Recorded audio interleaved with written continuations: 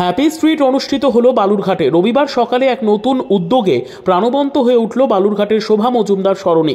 জেলায় এই প্রথম বালুরঘাট পৌরসভা ও দক্ষিণ দিনাজপুর জার্নালিস্ট ক্লাবের যৌথ উদ্যোগে শুরু হলো হ্যাপি স্ট্রিট। উত্তরবঙ্গে দ্বিতীয়বারের মতো আয়োজিত হলো এই বিশেষ কর্মসূচি। সকাল 6:30 থেকে শহরের নানান বয়সের মানুষ উচ্ছ্বাসে সামিল হন এই আয়োজনে।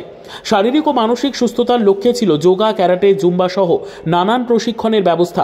উপস্থিত ছিলেন দক্ষিণ দিনাজপুরের জেলাশাসক বিজিন কৃষ্ণা, পুলিশ সুপার চিন্ময় মিত্তাল, বালুরঘাট পৌরসভার চেয়ারম্যান অশোক মিত্র। এছাড়াও বালুরঘাটের গর্ব রঞ্জি প্লেয়ার সুমিত মহন্ত উপস্থিত ছিলেন। এই হ্যাপি স্ট্রিট অনুষ্ঠানে তাকে সংবর্ধনা দেওয়া হয় অনুষ্ঠান মঞ্চ থেকে। ঠিক আছে, হ্যাপি থাকবেন। ঠিক আছে, মাঝে মাঝে এরকম প্রোগ্রাম করুন।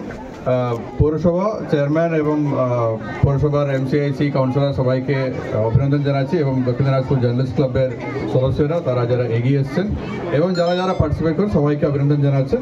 তো এসপি সাহেবকে ধন্যবাদ এবং সবাই মিলিয়ে এরকম প্রোগ্রামগুলো মাঝে মাঝে করান, তাহলে আরও হ্যাপি হবে সবাই মিলিয়ে। Thank you.